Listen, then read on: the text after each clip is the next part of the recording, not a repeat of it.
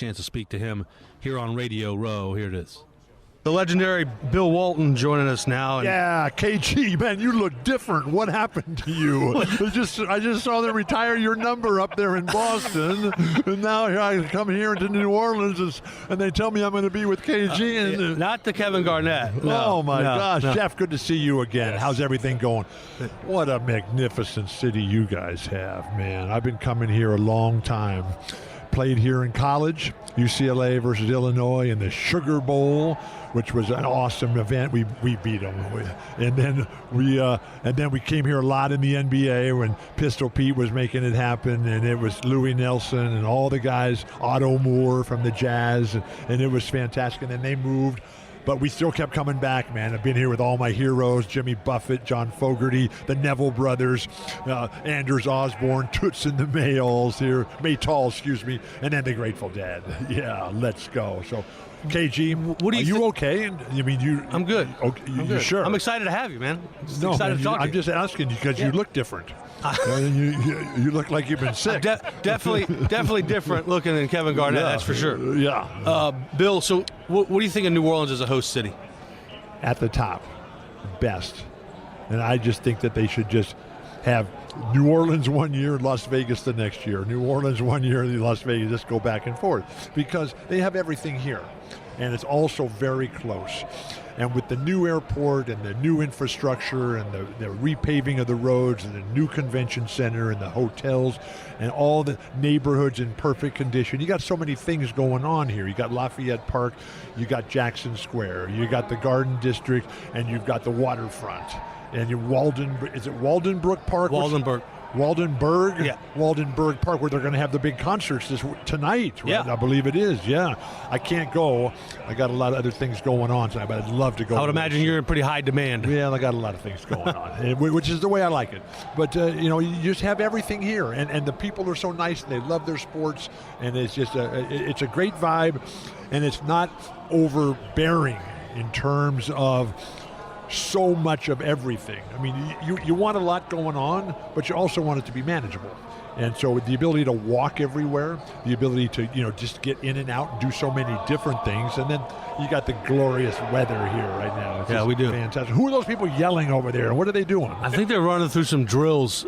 Drills? Yeah, you want to go show them how it's done? KG, are you sure you're KG, man? Okay. Yeah. So I have not by initials only. King George, or what is that? No. Okay. No. So I haven't been able to play basketball in 36 years. So, but I can watch. Yeah. And I'll be watching, and I'll be working on Westwood One Radio, and it's just going to be fantastic. Another reason I love New Orleans so much, I mean, two of my heroes on and off the court, Avery Johnson and Clyde Drexler, are born and raised here. I mean, that's big time. So it doesn't get any better than those two guys. And you just got so many different things going on, man, and the music. I love it all. Well, I know you went to UCLA, and there's obviously right. we'd be rooting for them, but, Coach K in the Final Four in his last run, just how... It's like a movie. It's right. It's a Disney movie. And it's a fantastic story. But, the pressure's on to win. And look what happened in the last game at home at Cameron. The unintended consequences of throwing a party for yourself. And so here it is where they're here, and they have the best players. They got a lot of players, some really good ones, and they got size, they got strength, and you got Williams and Banchero up front. Oh my goodness. I mean, that's very, very special. And then you got all these guards who are all different sizes, all different shapes, all different skills, and Coach K can just keep putting them in there until he finds somebody who's hot. And for somebody to beat those guys, I mean, the fact that UNC, North Carolina, beat them at Cameron in the last game, that works in Duke's favor. Because if Duke had just kept pounding them along the way, at some point, particularly young players, what championship experience teaches you is how hard it is and how tenuous it is and how you have to learn to develop the incredible skill of self-motivation to where you can't let the exterior elements be the things that drive you. It has to be something that comes from within, that sense of, okay, I'm going to get this done today, because that's what it's going to be. It is one day, one game. And, these other teams are good. I mean, North Carolina, they got a lot of players, too. They don't have as many as Duke does, and I don't know if they're that good, but did you see what Caleb Love, Chocolate Peanut Butter Love, did to UCLA? I mean, they went nuts, went crazy, and that's what it takes. And then you got Villanova, who wins all the close games because brilliant coach, well-skilled, and they make all their free throws. I mean, greatest shooting free throw team in history. And then you got Kansas, which is a wonderful culture, style, identity, the way they play, just up and down, fast as can be.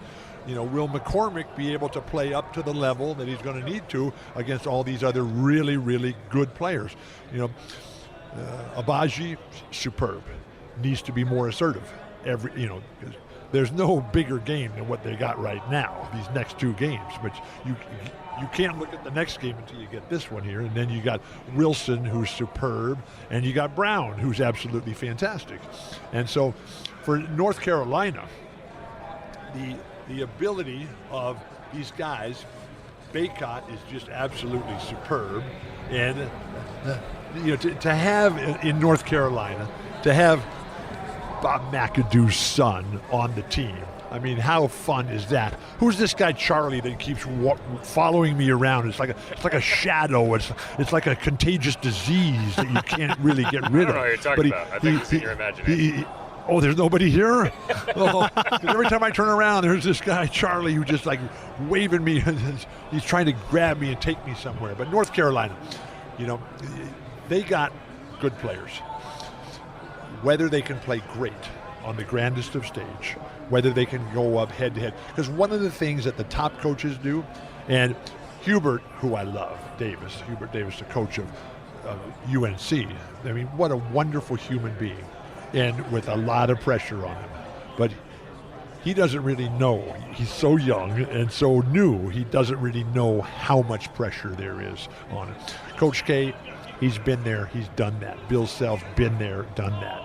And Jay Wright, been there, done that. And so it's different because for Coach K, he's created this incredible culture and mythological, just epic storytelling around all that's going on in his life. And the other teams are, maybe they're going to be the irrelevant cannon fodder that the opposition should be in your life. But these guys for Duke, they're all so young, but they've been under the spotlight for so long, inside that cocoon that Coach K is able to create around them, and then the fan base that Duke and North Carolina have. Kansas has a good fan base. Villanova, we're going to see what kind of fan. It'll be good, but whether it'll be the Duke level and the North Carolina level. And I love the fact that those two schools don't like each other, because that's what makes it really fun for me, is when the excitement, the pride, the loyalty, just the intense, fierce, competitive tenacity of what's going to go on in these games, and it's all going to be right here in New Orleans. And what could be better? And we got the Hall of Fame this weekend. They're going to make the announcements tomorrow. We got the women's games going on up in Minneapolis. Oh, that's going to be some great basketball. Yeah, Connecticut, Louisville tonight. I mean, South Carolina and Louisville, and then UConn, Stanford. Oh my gosh, that's just fantastic. And Westwood One brings all the action right into your home or wherever you're going to be. The legendary Bill Walton, thank you so much for the time. We appreciate it.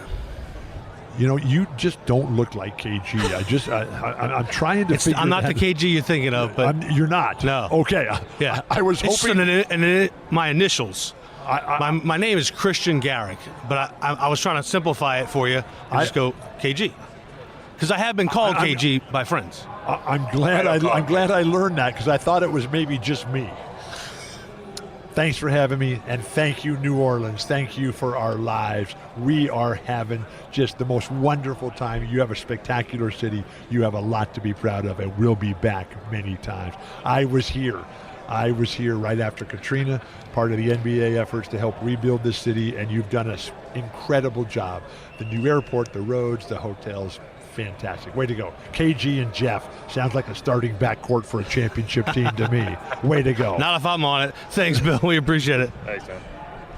All right, Bill Walton there, as you heard. Jeff, I didn't know you and Bill were so close, man. Jeff, good to see you again. Yeah, we hang out all the time, apparently, in Bill's head.